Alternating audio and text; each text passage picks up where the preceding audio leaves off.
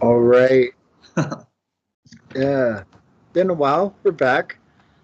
Welcome to the new year, guys. Even though we're about a week into it or so. Anyway, quite the fights we had to end the New Year's with. It wasn't necessary. Okay, I gotta say, I've going into the main card. There was something about it that I just wasn't like as pumped for. Uh, I mean, like when we watched UFC 217, the night when all three belts changed hands, Just insane. that that like it hurt to watch my girl Joanna lose. Yeah, you were pretty crushed by that. Oh I was God, pretty I hated Rose for rough. like weeks. I was like, fuck Rose. She's the worst person ever. I thought it was a great fight. It was good.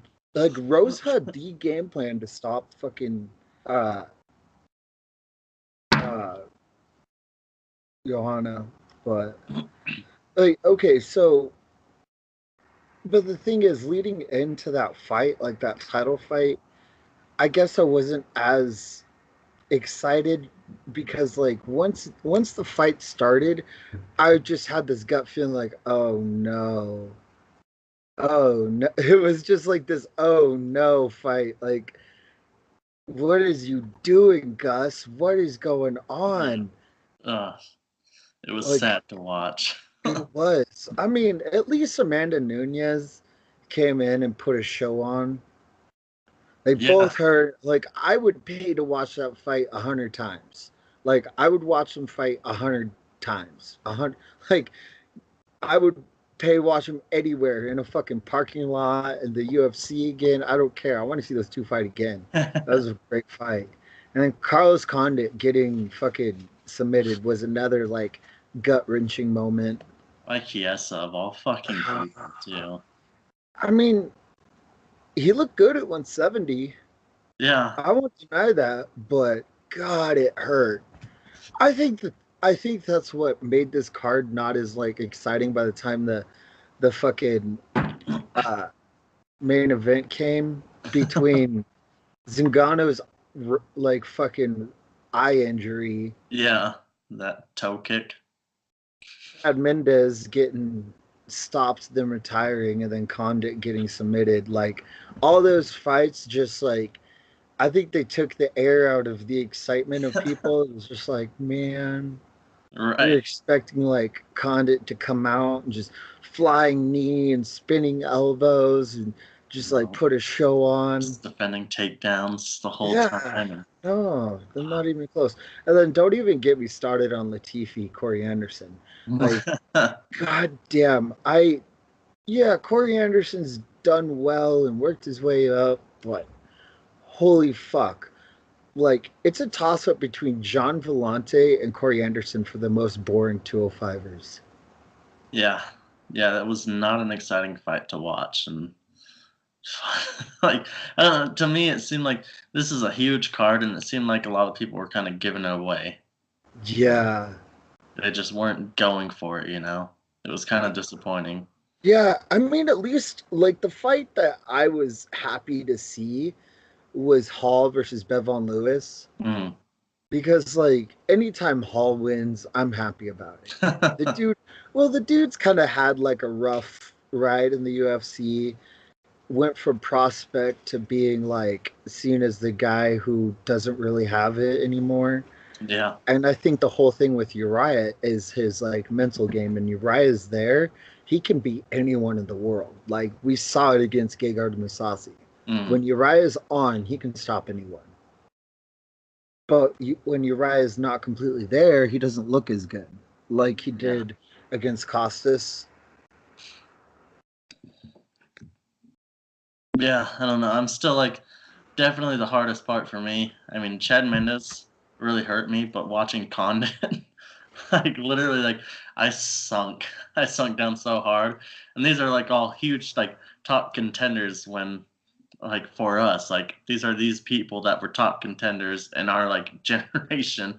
Yeah, these were dudes that we grew up watching. Like these were our Sean Shirks, our Yeah. fucking Martin Campmans, all those dudes that like we never really got to see go all those dudes that we never really got to see fight and go at it um in their primes, like we got to see with Carlos Condit, we got to see with fucking Chad Mendez. Yeah. Like one of my greatest Chad Mendez fights will always be when he starched Lamas Uh, after Lamas came in with a lot of momentum behind him and Mendez was coming off that loss. And it was just like, oh man, Mendez's back was against the wall and he starches him in under a minute. It was amazing, Mendez. yeah, Mendes just fucking so great watching. It sucks that he's retiring. I just don't. I think it's too soon. But if a fighter's not in it, then Yeah, well, I mean, he's had two chances at the title. He's been in the top 10 for years. yeah, I mean, longer than most featherweights should be in the top 10 at his age and the amount of miles he's had on him. yeah. And now Also, the Team Alpha Male platform just isn't no, working for them. no. Unfortunately. And also, I gained another reason to dislike Megan Anderson after that Zingano fight. Yeah. Like, okay, it was worse than watching Primus win, like celebrate after the doctors called it in the first Chandler fight. Ooh. Yeah, like Megan was like acting like she done like TKO'd Zingano for real. I was like, get out of here. No, you got fucking lucky. Right. Your toe fucking cut her eye. Like, Get out of here. yeah. And then we saw passing of the torch with Hall and BJ Penn. Mm, Wasn't too bad of a fight for me to watch, just mainly because Hall's a savage.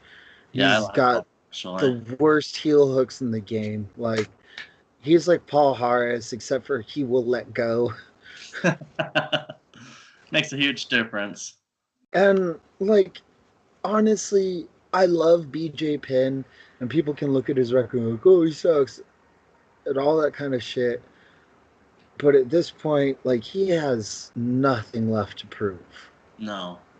If Oh, you look at his career and who fought and who he's lost to, like he's gone through a who's who of fighters.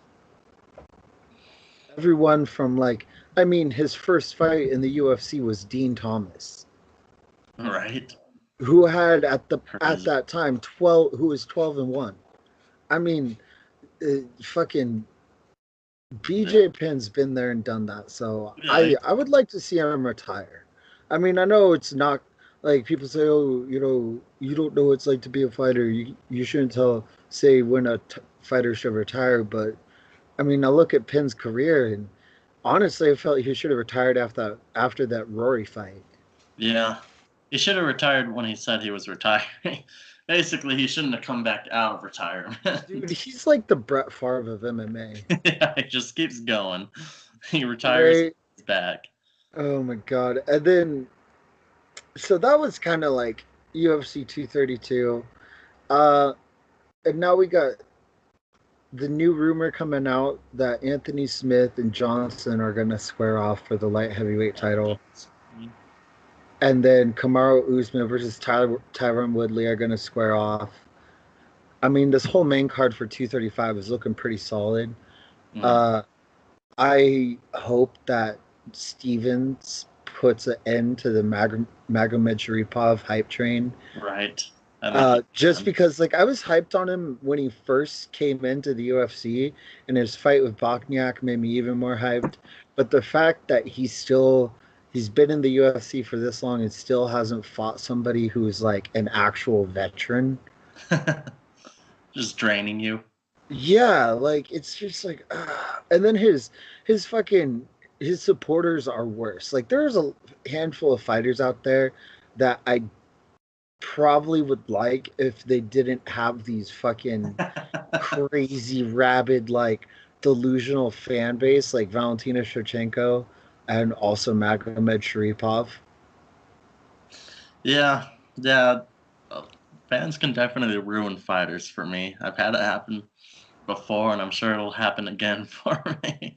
Like Oh, sometimes the fans just drive me more nuts than anything a fighter can do. yeah, but so far the card for 235 looks pretty decent. I mean, Holm versus Ladd, dude. If Ladd can beat Holm, That's she's putting huge. herself she's putting herself in the position to be the next challenger for Amanda Nunes. Yeah, yeah, it'll be interesting. Or Yeah, home. She's just not consistent anymore.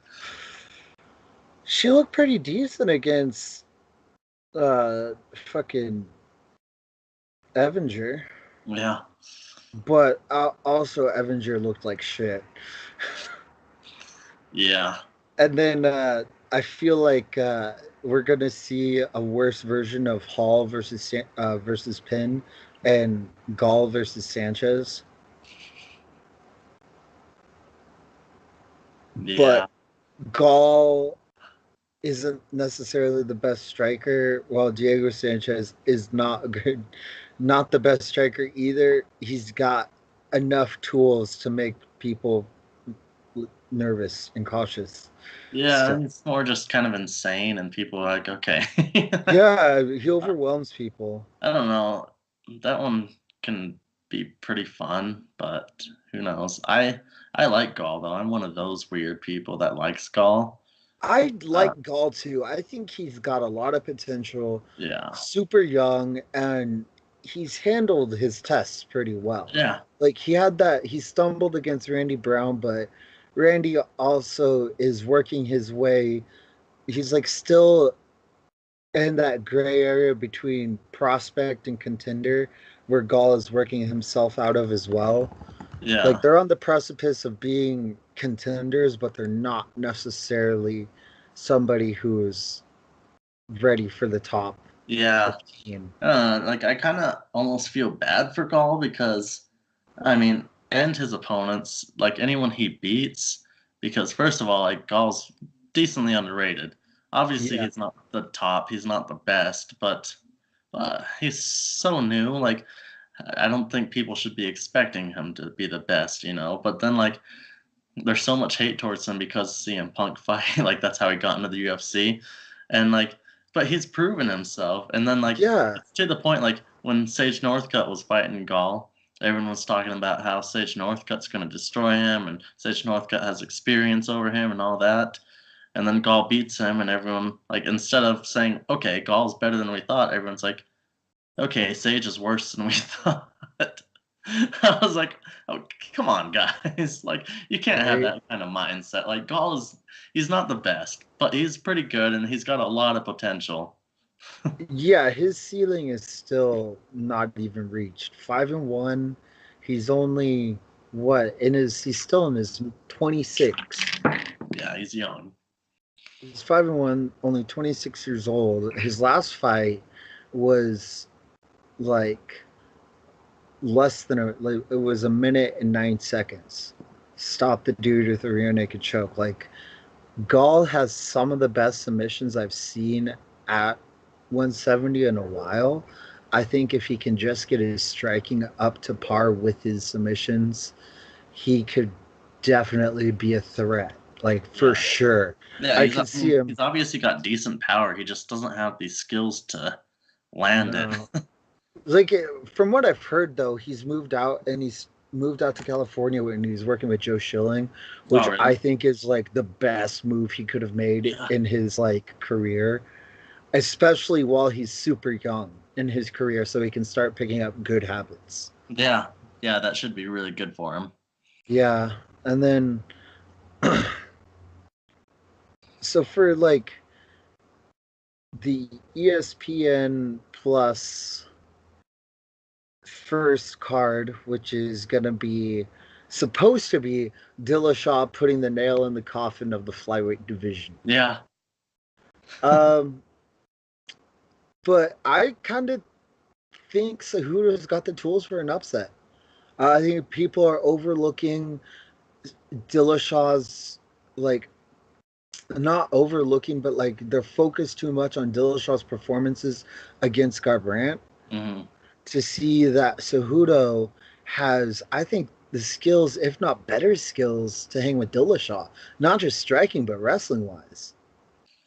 Yeah, I don't know. I mean, for me, I still think Dillashaw's got it, but I also still feel like Dillashaw would have done a lot better job with Mighty Mouse than Cejudo did too. Yeah, I think Dillashaw would have had problems with Mighty Mouse just because Mighty Mouse has better or up to par striking as Dillashaw. But I think Cejudo has the wrestling game Mm. to make Dillashaw think about the takedowns more and Yeah, draw him it'll into be a interesting, but punch. we'll see. Like, I guess kind of how Cejudo handles Dillashaw's movement and stuff, and then to see how Dillashaw handles Cejudo. But for me, I think Cejudo's just a little stiff still, and I think it's going to work against him. Yeah, probably, but I think Cejudo's got the gameness and the fight IQ to come in Yeah. with a smart plan to beat Dillashaw. Yeah, I think But I he's think definitely also, like being overlooked though. Definitely. yeah, horribly overlooked. Like, I mean, I didn't see Mighty Mouse stopping him in their second fight just because of how good Cejudo looked and how Mm. much he changed his style. He went from this like Muay Thai wrestler style to kind of using like almost like a karate stance. Yeah. Yeah, it was And it's pretty just crazy. everything changed about him, and you saw him have massive success with it. Mm. One thing I'm interested though is seeing how well Dillashaw hand, like, I get you can do test cuts, Right. but to me, I feel like there's a difference between a test cut and a cut that, like, when you're dealing with the stress of getting ready for a fight, preparing for a fight, all that kind of stuff. Like, I'm interested to see how he performs the night of. Yeah, I'm pretty fascinated by that. A lot of people are convinced that Dillashaw's gonna miss weight, all because Ali, Cejudo's manager, said that Hmm. Dillashaw's gonna miss weight. And I was like, okay, so Cejudo's manager said he's gonna miss weight. Like, why is everyone suddenly convinced Dillashaw's gonna miss weight? But Right. I don't know,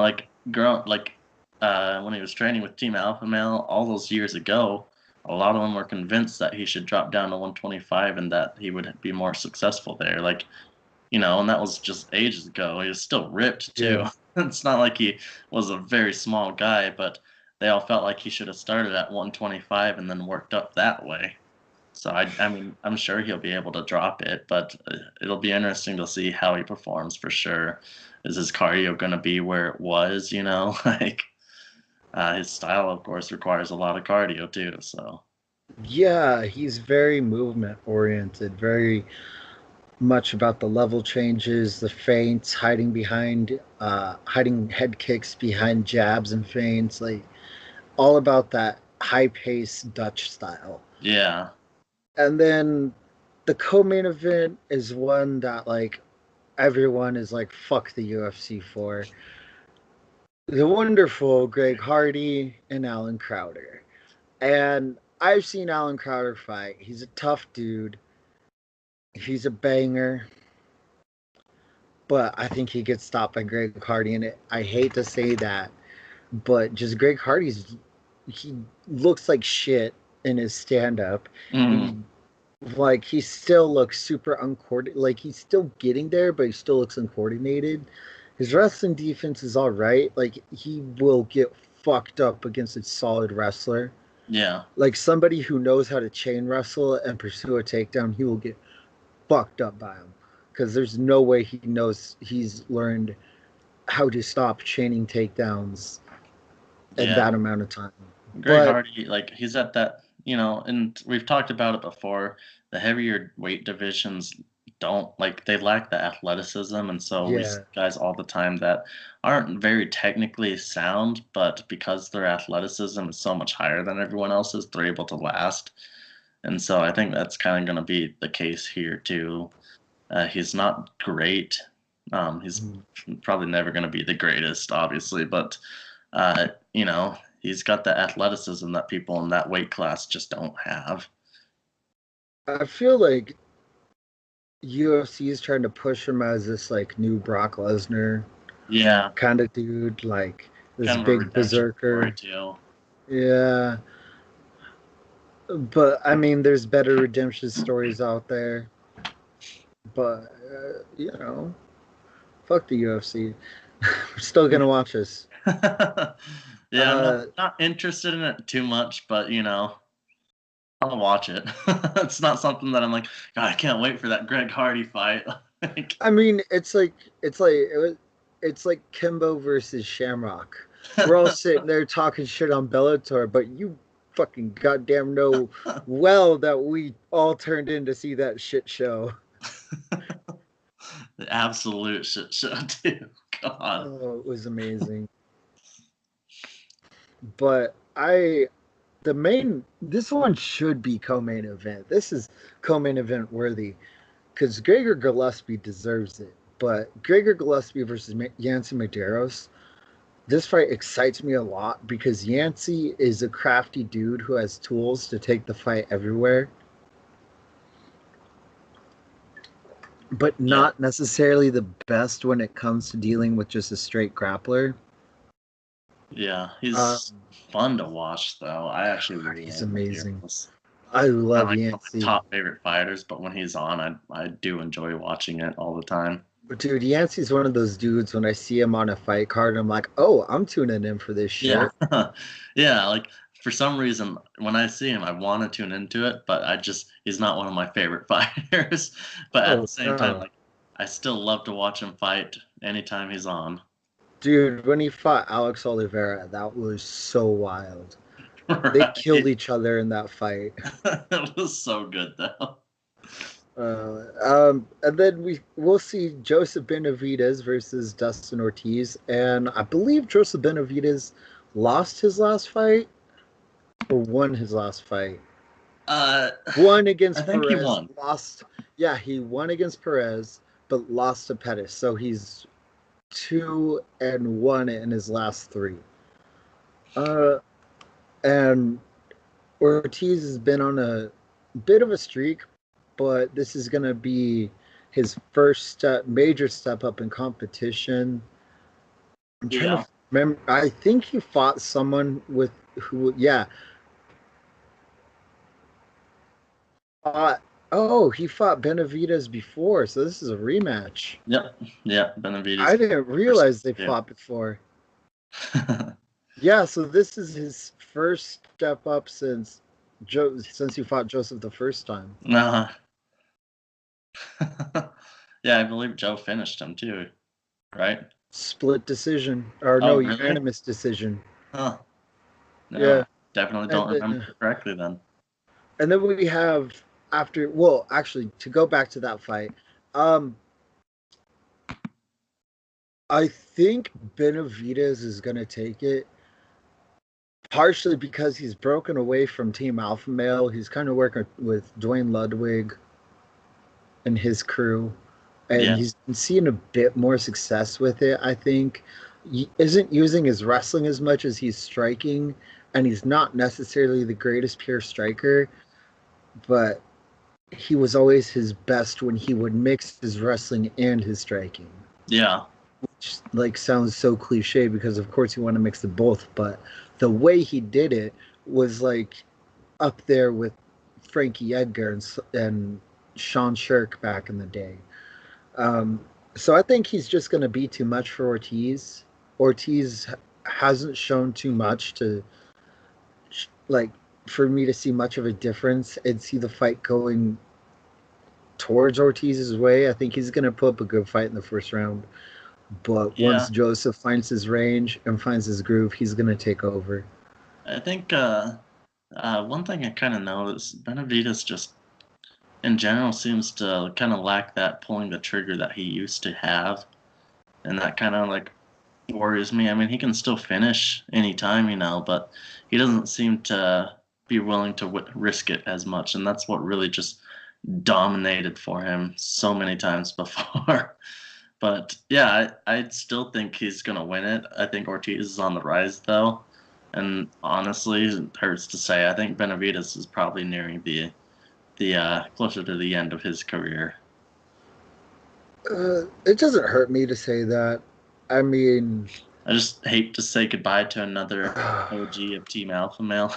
it hurts, but at the same time, if Benavidez wins, I'd like to see him retire after this. Yeah, I mean, for little guys, because smaller guys usually don't have too long of a career, no. he's had 26 fights, 5 wins. I mean, the dude's been around. Yeah, yeah, exactly. Like I said, he's like one of the OGs of Team Alpha Male, He and fought he's pretty much. literally I the think he's the best in only the one world. left. Only one left fighting, right?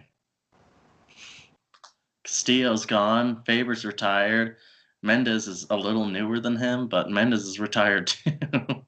Mendes retired. Feely, He's newer though. He's not really one of the. He's kind of the new gen.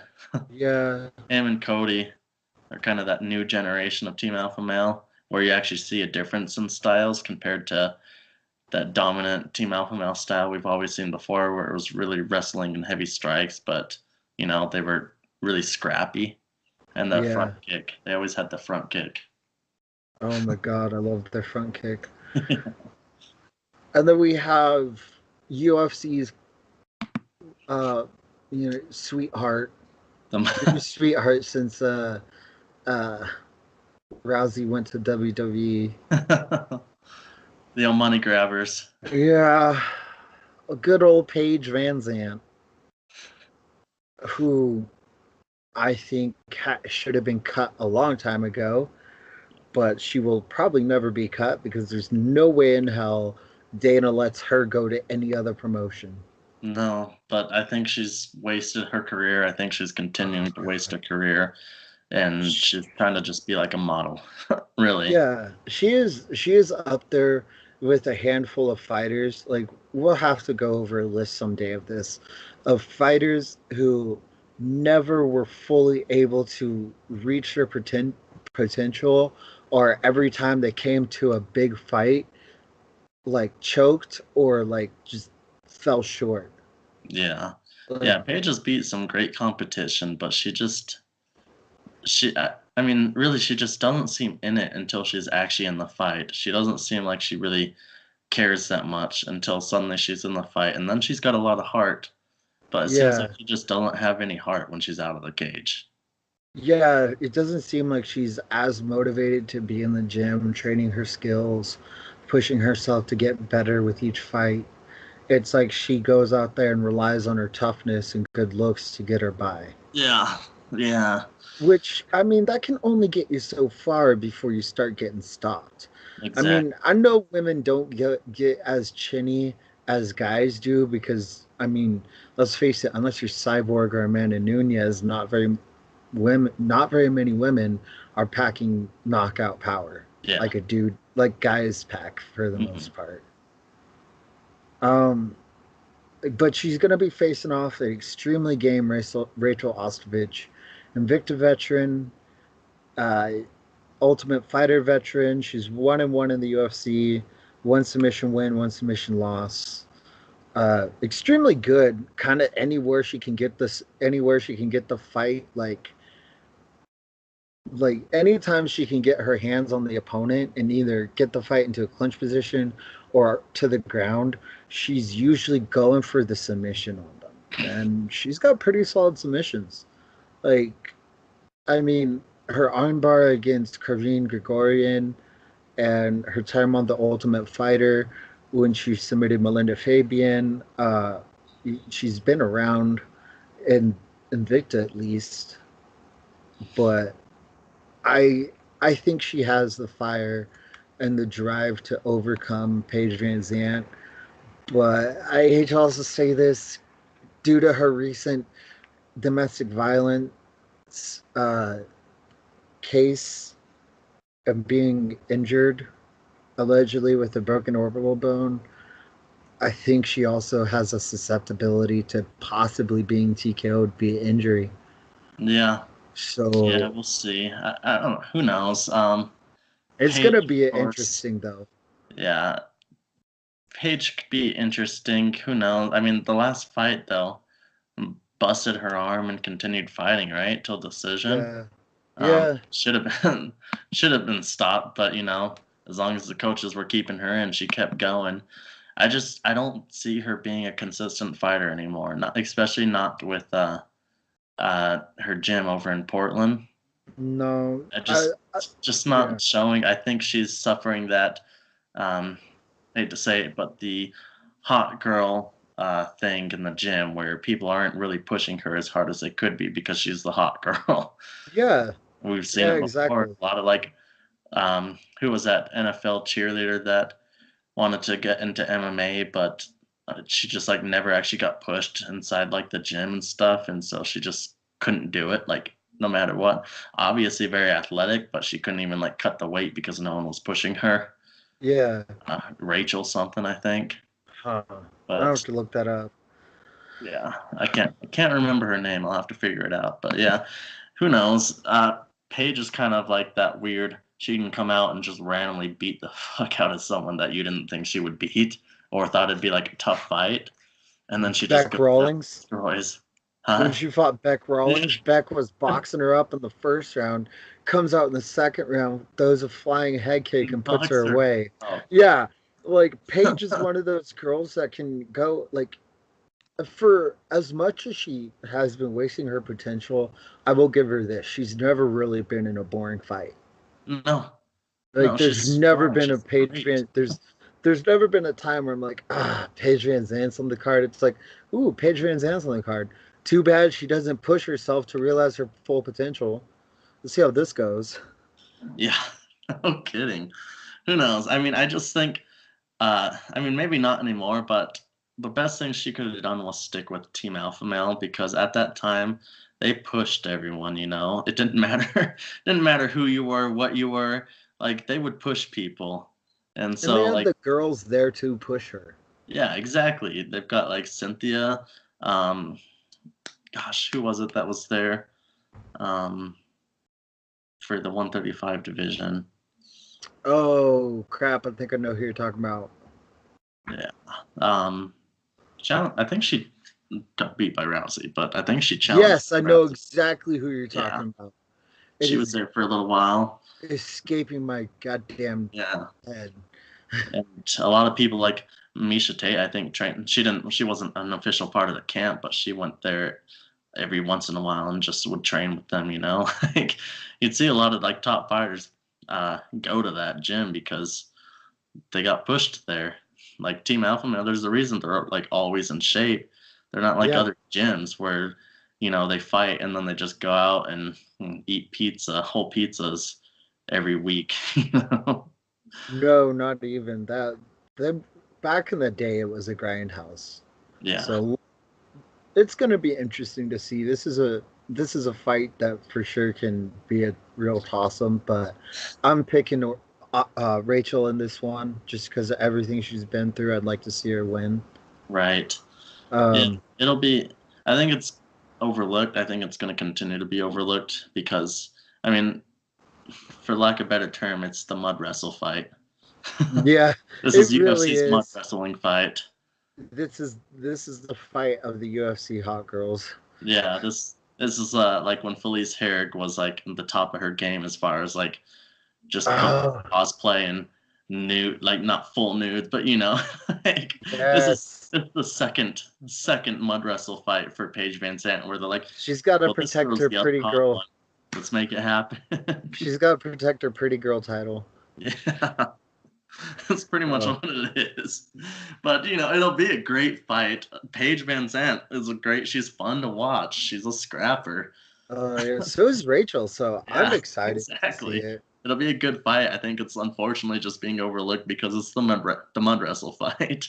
Yeah, I'm excited to see though Glover versus Ion Kutalava, which is the fight that opens up the main card. Yeah. Uh, I'm excited, but at the same time, I'm a little cautious about this fight because it can either go into a crazy 3 round brawl or it's gonna go turn into a Teixeira slog. Like old man Teixeira is gonna like tie him up, dirty box him, knee him a few times, get him tired, take a judge's decision, or Ian Kutalava is gonna come out, put the heat on Glover, and force him to fight. Yeah. Not saying Glover doesn't like ever turn down a fight, but against certain dudes, like he will grind them, and Ion Kutalaba will welcome the grind too. So that's a fight that I'm like, if it doesn't end in 2 rounds, it's gonna be a horrible fight by the time the third rolls around. Right. Um, this fight, which I don't know why the fuck it's a prelim fight, Right. which is the last like if we're going The prelim bottom. headliner. Yeah, if we're going bottom to top, this is a prelim headliner. Donald Cerrone and Alexander Hernandez. Yeah, that's so. I mean, I'm kind of scared, but I'm really excited to see Donald Cerrone back at lightweight. This is the thing, though. Like, we have a focused, motivated cowboy now. Now that he's Yeah. had a kid, that's a scary cowboy. When cowboys been focused and like, those are the fights when he's wrecked people. Oh yeah, definitely. But also, he's still kind of in that weird situation where he doesn't really have a fight camp. Like, Yeah. I mean, he's been with Greg Jackson for so many years, and now all that drama's still really going on. I mean, it's quieted down, but it's still happening, and he's basically training out of his ranch. And Yeah, he's but got I like guess top he fighters has. showing up though, so that's a plus, but he doesn't have like a head coach that knows him. Well, from what I've heard, is he still works from Brandon Gibson from time to time, and he also works with Frankie Lester. So Right. he has two different striking coaches, and I think he has someone out there like as his head coach, but I don't think he has like a Greg Jackson head coach like to fully control the camp in the sense of making sure every last detail is covered. Yeah. But at the same time, I think Cowboy is in this spot where he's had like 45 fights. Just Wow, he's insane. had 45 fights. I just need a minute to take that in. God damn. And he's still like, I mean, maybe not champion material, but he is still like top material. He's far Like from being he's out of still his in two prime. divisions, by the way. Yeah, he's only 35 and far from being out of his prime. Like I thought he kind of was finished in those Till and Edwards fights, but I mean the way he looked against Perry and Medeiros. Yeah. And I mean, on like he's always kind of like people have suspected him having slightly weaker chin, but he's Mhm. done well with his skills. But he's taken huge hits from Robbie Lawler Oh, and then dude, almost that knocked was a Robbie war. Lawler out. Like fucking like yeah, Cerrone's just one of those guys that after 40 something fights and being in the top of his divisions for years now, still somehow just has it. It's insane. Yeah, Like his lifestyle's working for him. like when Cerrone retires, it's gonna be a sad day, but also it's gonna be like one of those days where we look back and go, man, there's never gonna be a fighter like Cerrone ever again. Like between him and Bisping, like those are two dudes. It's like there's never gonna be fighters like these guys ever again. But he's facing a super hot prospect in Alexander Yeah, Hernandez, who's taken out two tough 155ers and Benil Dariush and Olivia Albon Mercier. And he outworked Olivia Albon Mercier at his own game. Like, holy fuck. Let's just have that sink in real quick. OAM is no spring chicken either. no, no. I was shocked, I'll be honest. I thought Mercier had that. Dude, I thought he had it in the bag too. I was like, oh yeah, Mercier is about to show him there's levels to this game. He fucking put Mercier on the back foot the whole time. So this is why the Cerrone fight is interesting to me, because Cerrone's notorious for liking kind of a drawn out, slow start where he feels the opponent out, and Hernandez kind of likes to crash forward. Hmm. So I'm interested to see how Cerrone handles this. Is he going to start putting up like front kicks into Hernandez's face? Is he going to start going with the low kicks? Like, how is he going to respond to Hernandez's pace he's going to try to put on him? Right. And I mean, kind of nice. Another thing about Cerrone being back at lightweight is we're going to start seeing more of the intercepting knee again. Oh my Um, God, I missed that. his Oh, timing with that knee was so fucking beautiful every time. remember when he fought Jim Miller Uh, and he wrecked him with that? He set it up with a knee to the body and then push kick to the liver and like just put. Oh shit. Hey, sorry about that. A little technical difficulty called my laptop dying. Anyway, so we kind of were wrapping up with ESPN Plus. Kind of, those are really the main fights that were worth breaking down. I mean, there's a handful of others worth mentioning for people who are going to tune into it. I say number one worth mentioning is Sandhagen versus Lineker. Sandhagen is a hot prospect. Lineker will knock anyone out. So yeah, and that be benefit or the that. Dennis Bermudez fight versus Tay Edwards at lightweight was kind of fascinating to see how they're going to do or how Bermudez is going to do at lightweight. I'm kind of fascinated by that. Yeah. So keep on the lookout for those fights. And then the following week, Bellator decides to is well not decides to, but is finally finishing up their or not light heavyweight, but their heavyweight tournament, which has take well, it's chewed up quite a bit of their year, but they've managed to kind of like pad it out. Yeah. It's been fascinating. It's been something. I mean, yeah, it's a heavyweight tournament that pretty much didn't have any heavyweights in it, but Like it's been two, interesting. three, like three or four heavyweights, and then the rest were like just light heavyweights who were like, Yeah, I don't want to cut. middleweights, like Oh yeah, Chael Sonnen, yeah. the American gangster. I love that man. What he did against Fedor was just pure amazing. But That was some good stuff. it was. But this main event is one that I was dreading because Ryan Bader has the same effect as like Corey Anderson, except for he can stop people. Yeah, he's got that power that just fucking crushes people sometimes. But And then he's he also jumps. He's not patient enough. That's kind of seen him fall many times because he'll rock someone and then just go for it and end up getting countered. yeah. Um so I can see this going by ending by a crazy. He rocks Fedor, thinks he can put away Fedor. Fedor comes back and puts him away because Fedor still carries cinder blocks in those fists. Yeah, I mean he didn't win, but he pretty much knocked out Matt Mitrione, who's a big guy, Oh, dude, one punch. while getting knocked out himself. Yeah. Still one of the craziest endings I've ever seen. Oh my God. The fact that Mitrione was able to recover enough Yeah, to finish it was crazy. yeah, that was about raw. Like that was just a few moments away from being a double knockout.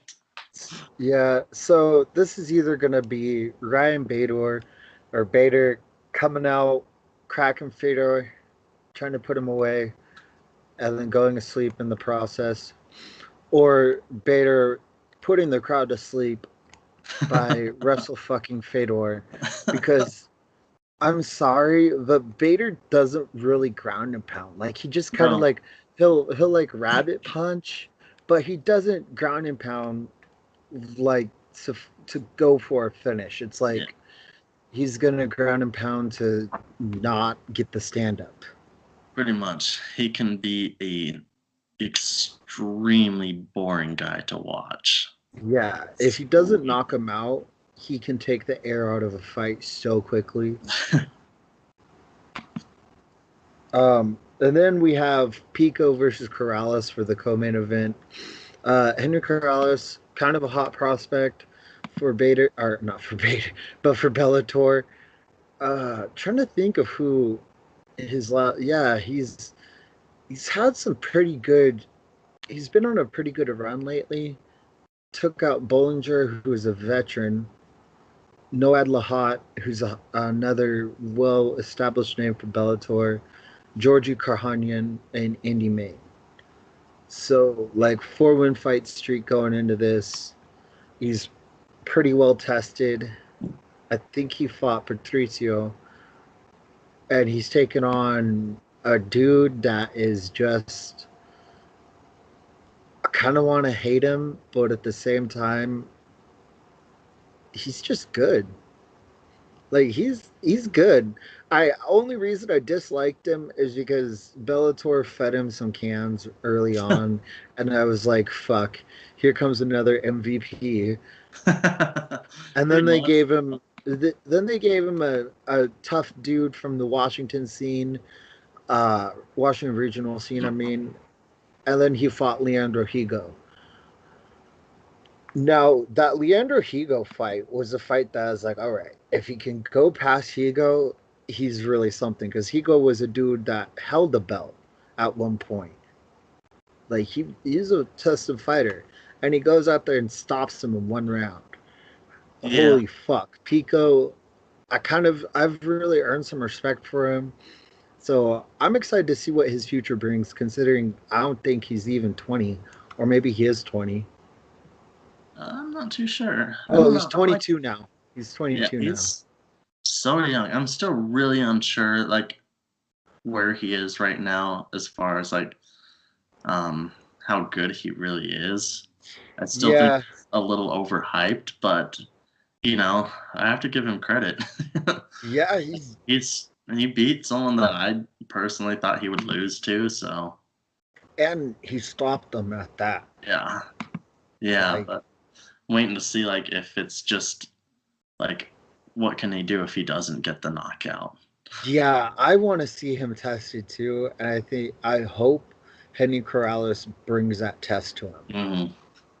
Uh, then you have something I didn't even see coming. I mean, I knew about it, but I was like, you won't. He won't. Whatever. It's gonna be like when 50 Cent said he was gonna do it. Whatever. But Jack Swagger followed through, and he's debuting on the main card for Bellator. Yeah. Uh, Eddie's fighting pretty much a nobody from the Midwest. Yeah, someone who's got an 0-1 record. Uh, on Tapology it says 1-1, but Oh, really? yeah, and he's fighting a complete noob in Jack Swagger. So this is gonna go one of two ways: sloppy brawl where Swagger ends up catching him and puts him away, or Kaiser tries to use experience, put him against the cage, and it ends in another sloppy brawl. Because this is heavyweight. I have zero expectations for this fight. No, not at all. Yeah, I definitely when you told me about that, because guys, I didn't even know about this fight until he told me about it. It just like blew me away. But Right. it'll be interesting. Jack Swagger's like almost 7 foot, isn't he? Or he's like 6'7". Like, He's a big dude. yeah. He's a big fucking heavyweight. 6'7". Yeah, he's a big guy. Yeah, yeah, that'll be. We'll see if he's uh, talented enough to use that to his advantage, or if he's gonna be, you know, like Is Gus with he his height half the time. is he gonna be Bellator's Brock Lesnar? No, That is the question we're all asking. I just Because don't see it. I could be wrong, but I'm pretty sure Jack Swagger wrestled at Oklahoma State. Oh, really? Yeah, Phew. All right. Well, that's and not that's a too tough bad. program to come out of. Yeah, but I mean, I just Yeah, I to say know. this, but the heavyweight division, even though they're really not showing it, Bellator's got a pretty good heavyweight division, and Brock Lesnar though is just a freak athlete. Oh my God, I know. And we've But seen other guys from pro wrestling try and fail, and then we've also seen CM some Punk sketchy guys too, which performances. was even worse. But this, I'm sure he'll perform a lot better than CM Punk will. So there's that. Yeah, at least he has a wrestling background so he can Exactly. take them down. Like that helps somebody so much knowing how to take somebody down and knowing how to scramble and stop a takedown Yeah. because he may not have hands, but if he knows how to level change properly in Yeah. MMA because it's different from wrestling, Right. he can do pretty well in this fight. Yeah, because I mean, wrestling, as Joe put it before, wrestling really dictates the pace of the fight. It really dictates where the fight's going, and so having wrestling is a huge advantage. Some people don't realize it still for some reason, but it's just as good, if not better, than having like a lifelong experience in Taekwondo or something like Yeah. that. Oh, just so much better.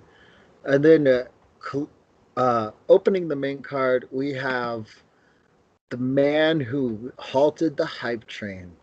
Thank God he did because fucking James Gallagher was getting so annoying. I agree. So glad Oh, it happened. he was like Conor McGregor without even being close to touching the belt Yeah. or even being that much of a draw. Like without Bellator putting a lot of like push behind him, he wasn't that charismatic. No, no, it was just him making really cringe-worthy talk sometimes, and Yeah. Bellator spotlighting him as much as they could because they thought he would be their Connor. Yeah, let's not forget that he got tattoos in the same placements as Connor. Oh, so Mm. that one was ended. Which is why it was beautiful to watch Ricky Bandejas stop him in the first round the way he did. Yeah, yeah, Oh God, it was it was beautiful. such a glorious moment. But Bellator isn't happy about that, so they're going to feed him to a pretty hot prospect and Juan Archuleta. A bit tougher of a fight than, Much more experienced too. yeah, I'm a way more experienced than James Gallagher. But I mean, Bandejas comes from a tough camp. He's out of New Jersey. I, I like this dude. I think he's got a pretty high potential. He's under Nick Catone. Nick Catone, UFC veteran. He's fought a ton of people, who's who. So, I mean, I honestly think Ricky Bandejas maybe he may not pull off a finish, but I think he puts together a decision and starts to garner momentum in Bellator's 135 division. Yeah, I just really hope he upsets Bellator again. Yeah, that would be amazing. Yeah, That 'cause I would. really think they want him to lose this. I think they wanted him to lose his last one too. So Oh God, yeah. That's why they brought him in. He was kind of a nobody on the regional scene. yeah, And so before we close it out, I would like to talk about some great fights that happened over the weekend.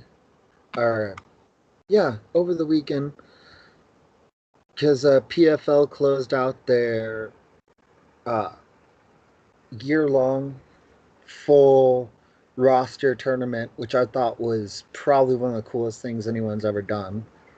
Uh, I wish more promotions would take on something like that.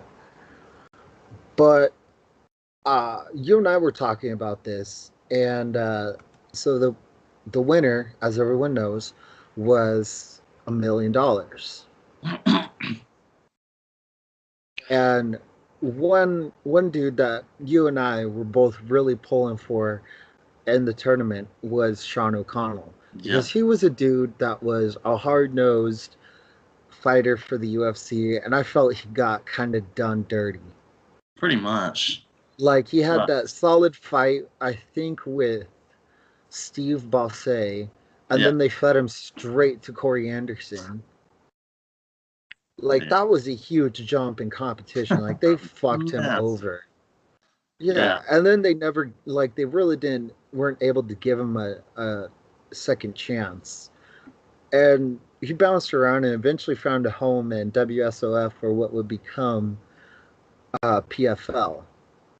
And he made it all the way to the finals against Vinny Magalhaes and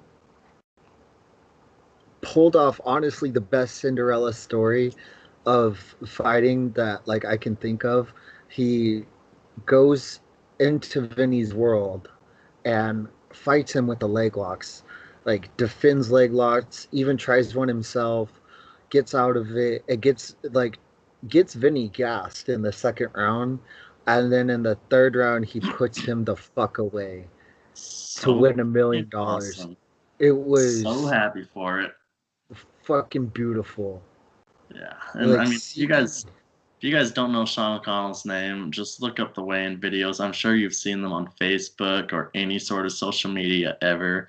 My friends who don't like fighting at all have seen his videos, and not even from me. Sometimes I see them sharing it, and I'm like, oh, hey, look at that guy. But right, yeah, so great. I was so happy to see that happen. I love the guy. He's a great guy. He's funny as hell. Great personality. Like wasn't quite the top fighter, but he was still great and fun to watch too. And he kind of just was dropped. The UFC just didn't really find the hype behind him that Facebook did. no, it was kind of a bummer. I mean, he was one thing about Sean O'Connell that I loved about him was that he was a blue collar brawler who was down to take the fight anywhere it went. Like if you wanted to try and wrestle with him, he'd try and wrestle with you. You wanted to strike with him, he'll strike with you. You wanted to try the jits game, he'll try the jits game with you. Like he was, and on top of that, he was also, in my opinion, one of the best ambassadors that got overlooked in Yeah. UFC. Oh Like yeah, definitely. amazing dude. So it's a great Cinderella story to see him win the $1 million and then after it all call his retirement. Like fucking good on you, Sean. I probably won't see this, but if you do in the off chance, we're proud of you, dude. You went and pulled off the Cinderella story. Like, I think he was not one of the dudes picked to win, and he made it all the way into the finals. Yeah. Yeah, So I'm pretty sure he could have that gone was a great against year to a kick guy. off the He was great way to kick off basically the Kevin UFC. Gastelum in the Ultimate Fighter. Oh yeah, that's pretty much what it was. Kevin Gastelum came out of nowhere and beat everyone. So that was a great way to kick off the New Year's. Looking forward to this year of fights. We'll try and come back to you after this ESPN Plus fight and give you some more breakdowns on the upcoming fight, which I believe. Correct me if I'm wrong. About to correct myself. Oh no, that's two fights. Or no, one fight after this is UFC 234 Whitaker versus Gastelum. Hmm. Oh baby, is that gonna be amazing? So Yeah, till that's so next time. cool. Interesting. Two welterweights fighting for the middleweight title, pretty much. Let's be honest, they were big welterweights. Yeah. I don't know. I think KG could still be a top welterweight. I don't think Whitaker ever could have, but he just sucks at cutting weight. Yeah, Yeah. I'm But there with KG. all right. Well, guys, like, follow, subscribe. Pride of a Warrior. Of course, go and like and follow the page, the Tattered Army MMA, as well. Any last words? Uh, Take care, guys. Share this, like it, leave comments down below. If you guys have questions, leave them on the Facebook page, leave them in the comments. Anything you guys want to know, technique wise, fights wise, we're here to answer questions. So Until next time, have a great time, guys. See you guys.